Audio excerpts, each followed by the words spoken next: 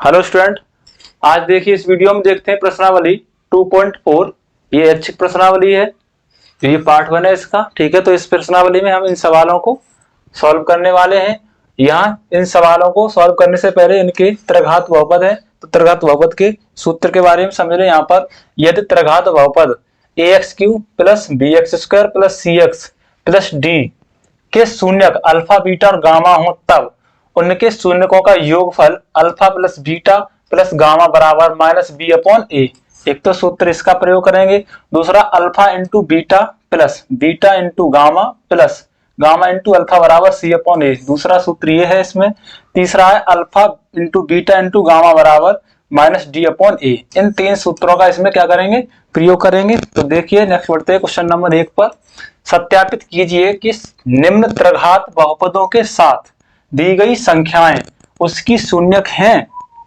प्रत्येक स्थिति में शून्यकों और गुणांकों के बीच के संबंध को भी सत्यापित कीजिए। तो यहाँ पर सबसे पहले देखते हैं ये क्या दिया गया है, एक त्रिघात बहुपद दिया गया है। तो यहां मानेंगे माना त्रिघात बहुपद, इसको px बराबर मान ले रहे हैं। ये दिया है 2x³ plus x² minus 5x plus 2 के शून्यक 1/2, 1 व ऋण 2 हैं।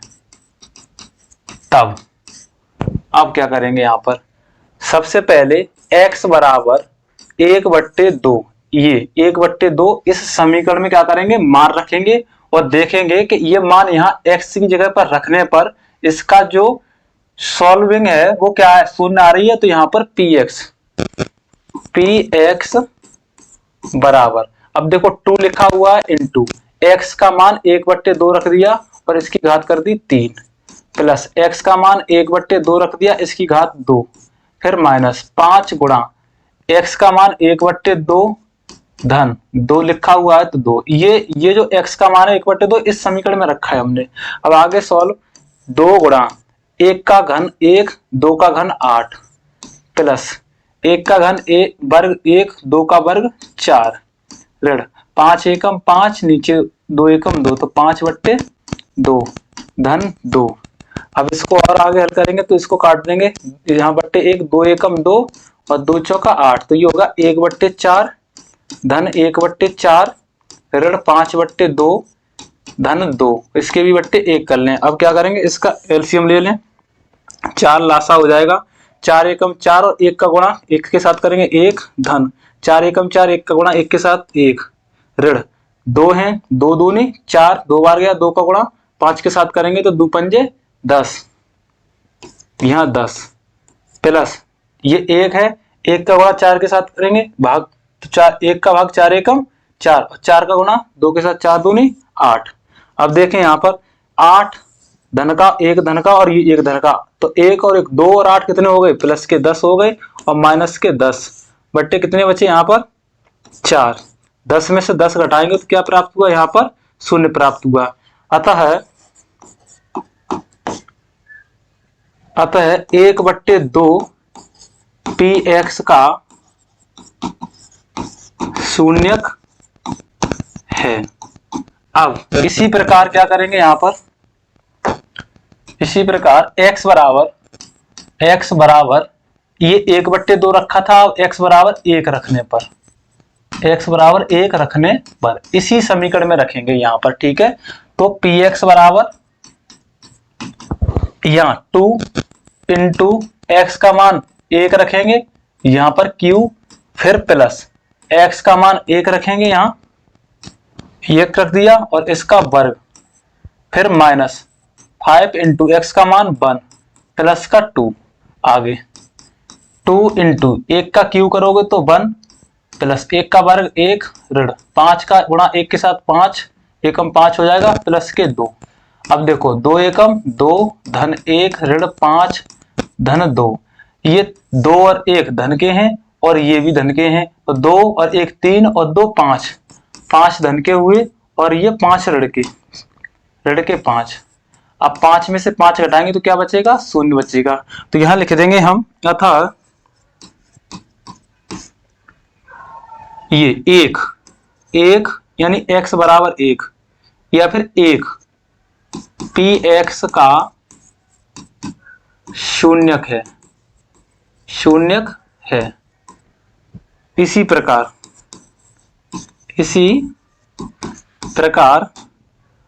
x बराबर अब -2 रखेंगे, -2 रखने पर, ठीक है। तो इस समीकरण में -2 रखेंगे यहां पर, तो px बराबर यहां 2 इंटू एक्स का मान -2 और इसका होल क्यूब प्लस एक्स का मान -2 इसका वर्ग कर देंगे ऋण 5 गुणा एक्स का मान ऋण 2 और प्लस के 2, ये यहां पर आगे 2 गुणा ऋण 2 का क्यूब करोगे तो घन सदैव ऋणात्मक है तो ऋणात्मक आएगा, धनात्मक है तो धनात्मक आएगा। ऋण 2 गुणा ऋण 2, अगर इनका गुणा करोगे तो ऋण का गुणा धन हो जाएगा, तो 2 दूनी 4 गुणा ऋण 2, और ये धन और ऋण का गुणा ऋण, और 4 दूनी 8, तो 8 ही प्राप्त होगा ऋण का, ठीक है। तो यहां से इसका मान 8 हो जाएगा ऋण का, -8।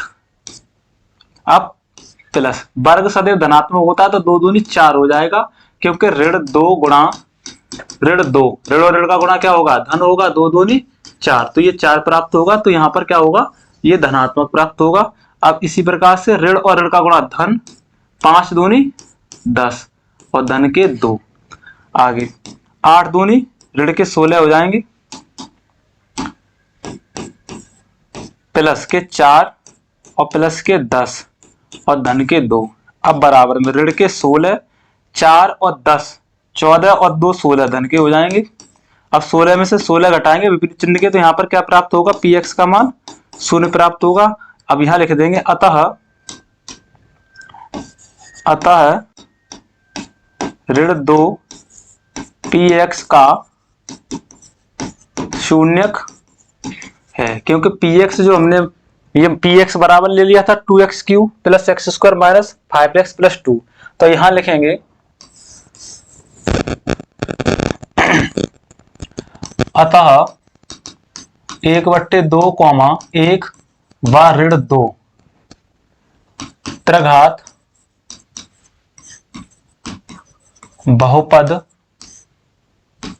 px बराबर ये, या तो यहाँ px बराबर लिख ले या केवल px लिखा रहने दें, यानी कि त्रिघात बहुपद यहां लिख देंगे 2x³ ऋण, यहाँ धन है 2x³ धन x² ऋण 5x धन 2 के शून्यक हैं। अब क्या करेंगे, यहां पर इनके शून्यकों और गुणांकों के संबंध की बीज सत्यता की जांच करेंगे, ठीक है। शून्यकों और गुणांकों के संबंध में सत्यता की जांच करने पर देखें, अगर ये शून्यक है तो देखो अल्फा बराबर 1/2, बीटा बराबर 1 और गामा बराबर क्या होगा, ऋण 2। अब यहां पर हम इसके मान रखेंगे शून्यकों का योगफल, शून्यकों का योगफल क्या होगा, -b/a। अब शून्यक हमारे अल्फा प्लस बीटा गामा है और यहाँ पर -b/a, तो alpha plus beta plus gamma बराबर -b/a। दोनों के मान अलग अलग रख के हल कर लेंगे, तो अल्फा का मान देखो 1/2 धन, बीटा का मान 1 फिर धन, गामा का मान ऋण 2 है बराबर। अब यहाँ पर b जो है, b किसका गुणांक है बताओ, b यहाँ पर x² का गुणांक है, इसका गुणांक है x² का, तो एक्स स्क्वायर का मतलब ये हुआ, हमने जो समीकरण लिखा था a x square plus b x a x cube a x cube plus b x square plus c x plus d, ये त्रिघात बहुपद था। तो इसमें इस एक्स स्क्वायर का गुणांक क्या है, बी है। इसी प्रकार से यहां पर एक्स स्क्वायर का गुणांक क्या है, एक है, तो यहाँ एक्स स्क्वायर का गुणांक लिख देंगे एक। तो यहाँ माइनस पहले से लिखा हुआ था और यहाँ पर एक्स का गुणांक प्लस का था, तो यहाँ पर 1 अपॉन ए क्या है, यहाँ पर एक्स क्यू का गुणांक ए है, तो यहाँ पर एक्स क्यू का गुणांक कितना है 2, तो यहाँ लिख दिया 2। इधर का इधर सॉल्व कर ले, उधर का उधर तो लिखा ही हुआ है। इसके बट्टे एक करेंगे, इसके बट्टे भी एक करेंगे, ये तो 1/2 धन 1 धन और ऋण का गुणा ऋण 2/1 बराबर में ऋण 1/2। अब यहाँ पर इसके बट्टे एक लासा 2 ले लेंगे, तो 1 धन, अब 2 का भाग 1 का भाग 2 में दोगे तो 2 एकम 1 2 नहीं 2, और 2 का गुणा 1 के साथ तो 2 एकम 2 ऋण, यहाँ से 1 2 नहीं 2, और 2 का 2 के साथ गुणा करेंगे 2 2 नहीं 4 बराबर ऋण 1/2। 1 और 2 कितने हो जाएंगे, 3 हो जाएंगे धन के, तो 3 धन के और ऋण के 4/2 बराबर ऋण 1/2। अब यहां से हमें 4 में से 3 घटाएंगे तो ऋण का क्या बचेगा 1/2 बराबर कितना बचा, ऋण 1/2। तो ये था इनके बीच संबंध। ठीक है, अब हम अगला इसी में नेक्स्ट और बढ़ेंगे।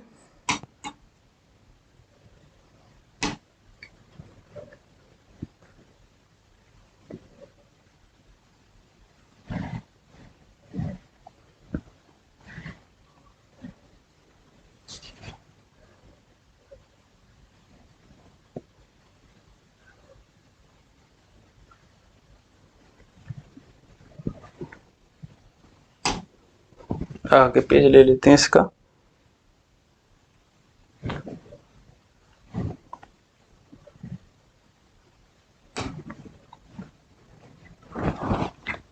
एक बट्टे 2 1 ऋण 2 थे ये अल्फा बराबर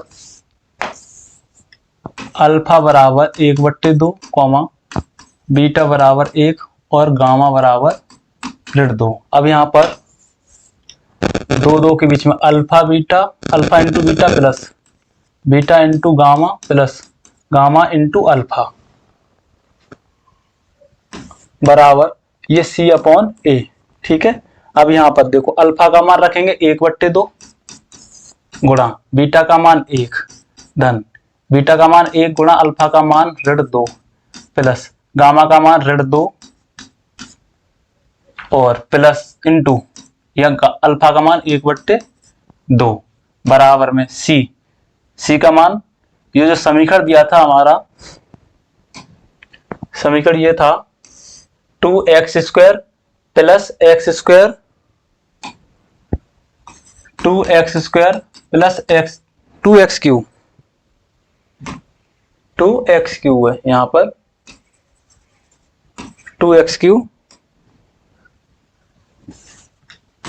2x Q plus x square minus 5x plus 2, ये हमारा त्रिघात बहुपद था। तो यहां पर ये x का गुणांक क्या है c, ये इस रूप में लिखा था ax cube plus b x square plus c x plus d. तो यहाँ पर x का गुणांक क्या है c है, तो c का मान यहाँ पर कितना है ऋण 5 है, तो ऋण 5 बटे a का मान कितना है यहाँ पर x क्यू का गुणांक a है, तो यहाँ पर a का मान है 2। अब इधर कर लेंगे, इसको 1 के साथ गुणा करेंगे तो 1/2 का 1/2 रहेगा प्लस यहाँ पर धन और ऋण का गुणा ऋण हो जाएगा, तो 2 एकम 2। अब इसी प्रकार से इस 2 से ये 2 कैंसिल हो जाएगा एक बार, तो ऋण और धन का गुणा यहाँ पर भी ऋण हो जाएगा और ये हो जाएगा 1 बराबर ऋण 5/2।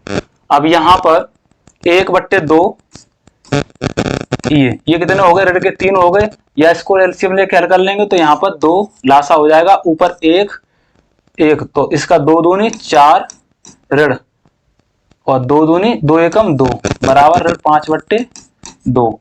अब 4 और 2 6 हो जाएंगे, ऋण के 1 धन 1 ऋण 6/2 बराबर ऋण 5/2। अब यहाँ देखेंगे ऋण के 5 बचेंगे, बट्टे 2, इधर भी क्या है ऋण के 5/2। तो ये थे इनके बीच में संबंध।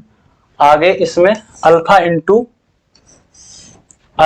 इंटू बीटा इंटू गामा बराबर होता है -d/a। तो इन सब के मान अल्फा इंटू बीटा गामा के दिए गए 1/2 गुणा 1 गुणा ऋण 2 बराबर, यहाँ d क्या चर पद है तो ये d का मान ऋण 2, a इसका क्या मान है 2 है। अब यहाँ पर 1/2 गुणा 1 गुणा, अब ये ऋण आगे निकाल लेंगे इसको तो ये हो जाएगा 2 बराबर ऋण 2, बट इसको 2 से 2 काटेंगे तो एक बार कट जाएगा तो इसका मान आ जाएगा बराबर में 1। अब यहाँ 2 से 2 काटेंगे एक बार तो ऋण 1 बराबर क्या हुआ प्राप्त हमें, यहाँ पर ऋण 1।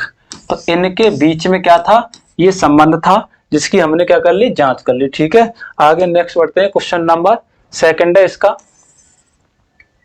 ये x³ - 4x² + 5x - 2 इसके शून्यक दिए गए हैं 2,1,1। यहां पर माना समीकरण ये px बराबर x³ - 4x² + 5x - 2 के शून्यक 2,1,1 हैं, तब सबसे पहले x बराबर 2 रखने पर, सबसे पहले x बराबर समीकरण में 2 रखने पर 2 रख के इसका मान प्राप्त करेंगे। px बराबर यहाँ पर x का मान 2 रखेंगे तो x का मान 2 और 2 x की घात 3 है, यहाँ पर -4 गुणा x का मान 2 रखेंगे 2 का वर्ग धन 5 गुणा x का मान 2 ऋण 2, 2 का घन 8 ऋण 4 गुणा 2 का वर्ग 4 धन 5 दूनी 10 ऋण 2, 8 धन 4 16 इनके साथ गुणा कर दिया हमने और 10 ऋण के 2, 16 ये हो गए, ये ऋण के हैं 16 यहाँ पर, 8 ऋण के 16 हैं। अब देखो 16 और 4 16, 5 दूनी 10, 2 और 2 का घर 8, तो यहाँ 8 और ये 10, यहाँ पर 8 और 10 किसके हैं, धन के हैं, तो 8 और 10 हो गए 18 ऋण के, 16 और 2 ऋण के हो गए तो ये हो गए 18। अब यहाँ 18 में से 18 घटाएंगे तो क्या बचेगा, यहाँ पर px का मान क्या आ गया 0, तो लिख देंगे ये अतः 2px का शून्यक है। इसी प्रकार x बराबर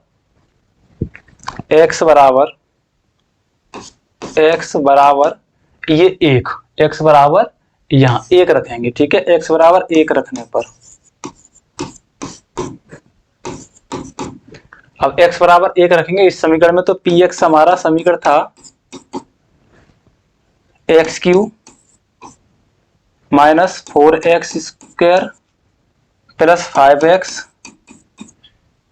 - 2, इसमें x बराबर 1 रखेंगे तो बराबर में 1 x का क्यूब, 1 का क्यूब -4 इंटू x² में यहाँ पर x का मान 1 है, 1 का वर्ग धन 5 गुणा x का मान 1 ऋण 2, 1 का क्यूब 1 ऋण 4, 1 का वर्ग 1 धन 5 एकम 5 ऋण 2।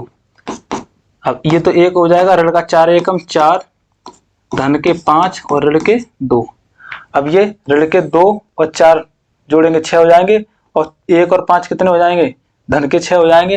तो यहाँ हमें प्राप्त होगा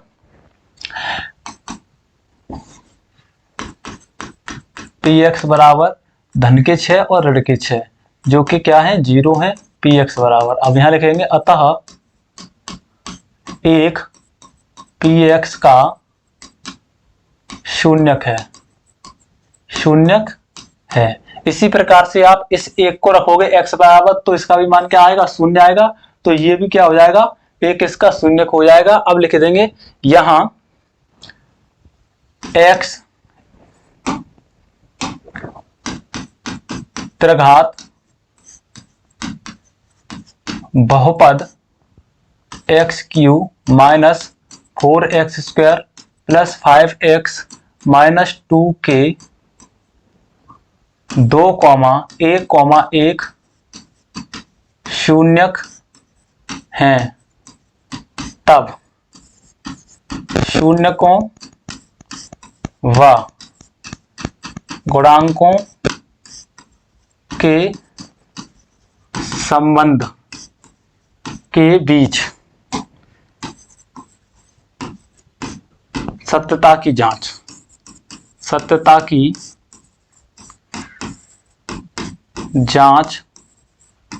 करने पर, अब यहाँ क्या करेंगे, जांच करेंगे। तो ये मान जो है वो किसके हो गए, अल्फा बीटा और गामा के। तो यहाँ पर अल्फा बराबर 2, बीटा बराबर 1 और गामा बराबर क्या है 1। जब इसके शून्य के हैं तो अल्फा बीटा गामा के, क्योंकि जो समीकरण हमने लिया था वो ax³ + bx² + cx + d के अनुसार हमने इसके शून्य अल्फा बीटा और गामा लिए थे, तब इसके लिए ये जो शून्य होंगे वो इसके मान होंगे। अब यहाँ पर शून्यकों का योगफल, शून्यकों का योगफल बराबर क्या होता है, -b/a। यहाँ पर alpha plus beta plus gamma बराबर -b/a।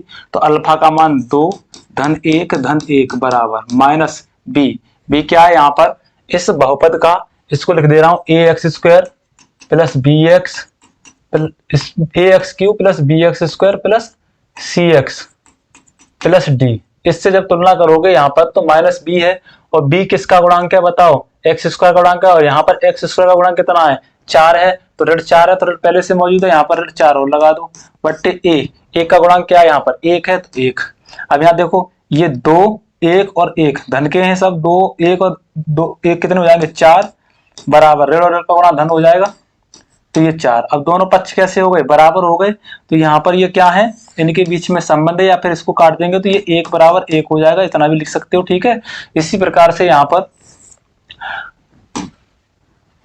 Alpha into beta plus beta into gamma plus gamma into alpha बराबर क्या होगा, C/A। अब यहाँ अल्फा बीटा और गामा के मान रखने हैं हमको, और ये C/A इस समीकरण से इसके गुणांक रखने हैं, ठीक है। तो अल्फा का मान 2 है, अल्फा का मान ये रहा 2, अल्फा का मान 2 गुणा बीटा का मान 1 है, प्लस बीटा का मान 1 और गामा का भी मान 1 है, तो 1 गुणा 1 धन अल्फा का मान कितना है, सॉरी गामा का मान 1 और अल्फा का मान यहाँ पर कितना है 2 है, तो 2 बराबर C। यहाँ पर जो C है वो x का गुणांक है, इसी प्रकार x का गुणांक कितना यहाँ कितना है 5 है, तो 5 बट्टे a क्या है यहाँ पर a x³ का गुणांक है, तो x³ का गुणांक यहाँ पर कितना है 1, तो यहाँ 1। अब यहाँ 2 एकम 2 धन 1 धन 2 एकम 2 बराबर, आगे तो 5 ही है, 2 1 3 और 2 5, यहाँ पर क्या हो गया 5 बराबर 5। तो ये इनके बीच में संबंध था, ठीक है। अब तीसरा है इसी का गुणांकों का गुणनफल, ठीक है। गुणनफल में alpha into beta into gamma बराबर -d/a। तो अल्फा का मान यहाँ कितना है, अल्फा का मान 2, तो 2 गुणा बीटा का मान 1 है गुणा गामा का भी मान 1 है, तो 1 बराबर -d। अब -d है तो यहाँ पर देखो d का मान, यहाँ पर ये d जो है वो अचर पद है, तो d का मान यहाँ -2 है, और यहाँ पर सूत्र में भी माइनस का चिन्ह, तो -d का मान -2, और बटे में a का मान क्या है, यहाँ पर a जो है x³ का गुणांक है, तो यहाँ पर x³ का गुणांक यहाँ पर क्या होगा 1 होगा, तो यहाँ पर भी 1 है। अब यहाँ 2 एकम 2 एकम 2, ये 2 हो जाएगा बराबर, ऋण और ऋण का गुणा धन 2 एकम 2, इसके बट्टे 1 इसके बट्टे 1, यानी कि दोनों पक्ष कैसे हैं बराबर हैं, यानी कि इसको काटोगे तो अनुपात जो है 1 बराबर 1, यानी 1 से 1 कटेगा।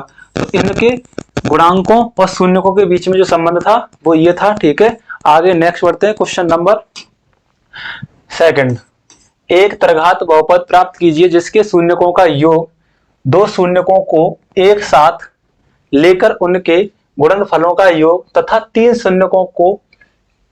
शून्यकों के गुणनफल क्रमशः दिए गए हैं। यहाँ पर 2, ऋण 7, ऋण 14, ये तो एक एक के साथ जोड़ना है, ठीक है। यहाँ पर किसी त्रिघात, तो माना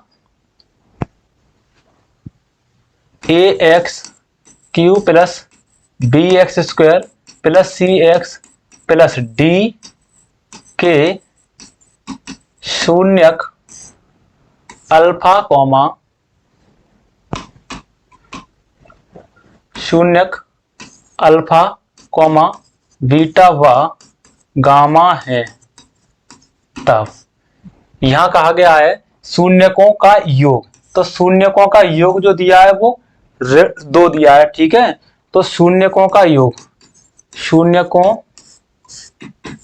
का योग बराबर 2 दिया है, और शून्यकों का योग यानी alpha plus beta plus gamma बराबर 2 दिया, और ये यहां पर इस शून्यकों का योग जो है वो फॉर्मूला होता है -b/a, ठीक है।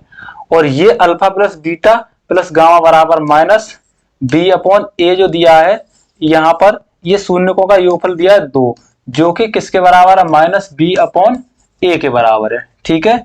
आगे तो यहां पर इसको ये अब यहां इसको इस तरह से लिख सकते -b/a इजिकल टू 2, इसके बट्टे 1 कर दे, इसको समीकरण दे दे 1। अब दो शून्य जो दिए हैं उनके गुणनफल, 2 शून्यकों का एक साथ लेकर उनके गुणनफलों को जोड़ना है, तो वो कितना है, ऋण 7 है। तो यहां पर 2 शून्यकों को एक साथ लेकर उनके गुणनफलों का हो, उनके गुणनफलों का योगफल यानी कि alpha into beta plus beta into gamma plus gamma into alpha बराबर ये होता है c/a, और इनका जो मान है वो कितना दिया गया है, ऋण 7। तो इसका जो योगफल है वो कितना है, ऋण 7, और किसके बराबर है, c/a के बराबर है। इसको दे देंगे समीकरण नंबर 2। और तीनों का, ठीक है, तीनों शून्यकों का गुणनफल कितना दिया है, तीनों शून्यकों, यहां नीचे लिख दो उसको, तीनों शून्यकों का गुणनफल, तीनों शून्यकों का गुणनफल अल्फा बीटा और गामा बराबर कितना दिया है, ऋण 14। तो ये है ऋण 14, और ये किसके बराबर होता है, तीनों का गुणनफल ये d/a की -d/a की, ठीक है। तो यहां से लिख सकते हैं हम -d/a इजिकल टू -14, इसके बट्टे भी 1 कर लो। अब देखो इसको दे दिया समीकरण नंबर 3। अब यहां समीकरण 1 ये है, समीकरण 2 ये है, और समीकरण 3 हमें ये प्राप्त हुआ है। अब यहां से हम देख रहे हैं कि a का मान 1, यहां से a का मान 1 दिख रहा है, और यहां पर इसके बट्टे 1 करोगे तो a बराबर क्या है, 1 है। तो यहां समीकरण 1, 2 व 3 से, समीकरण 1, 2 व 3 से a बराबर 1, b बराबर, अब देखो b बराबर b किस में, इसमें, तो b बराबर ऋण b है, तो इसका जो मान होगा वो ऋण का 2 होगा, क्योंकि इधर ऋण लगाओगे ये जो वैल्यू आई होगी वो सवाल में यहाँ b का है, इसका गुणांक है, यहाँ धन है, तो जो सूत्र होता है उसमें ही होता है -x² का गुणांक, -x² का गुणांक। तो x का मान क्या है यहाँ पर पता नहीं, लेकिन ये सूत्र में होता है, तो इसका जो मान है b का वो क्या हो जाएगा, ऋण के 2, तो b बराबर ऋण 2, और c बराबर किसमें, देखो यहाँ c बराबर ऋण के 7 है, तो यहां से तो c बराबर क्या हो जाएगा, c बराबर ऋण 7, और d बराबर क्या है, समीकरण यहां से ऋण का d है, तो इसका भी मान यहाँ ऋण से ऋण कैंसिल होगा तो ये धन हो जाएगा, तो d बराबर तो सीधे सीधे 14 हो जाएंगे। ये सब मान जो हैं a b c d के मान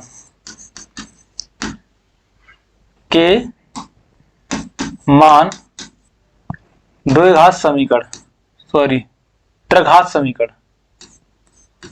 त्रिघात समीकरण ax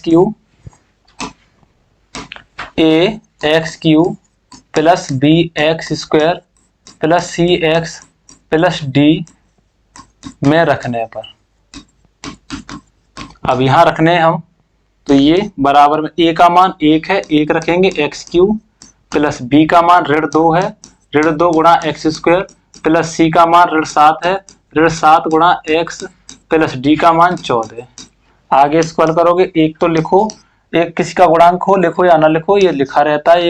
एक धन और ऋण का गुणा ऋण 2x², धन और ऋण का गुणा ऋण, ये 7x हो जाएगा प्लस के 14। तो ये था इसका त्रिघात समीकरण, ठीक है।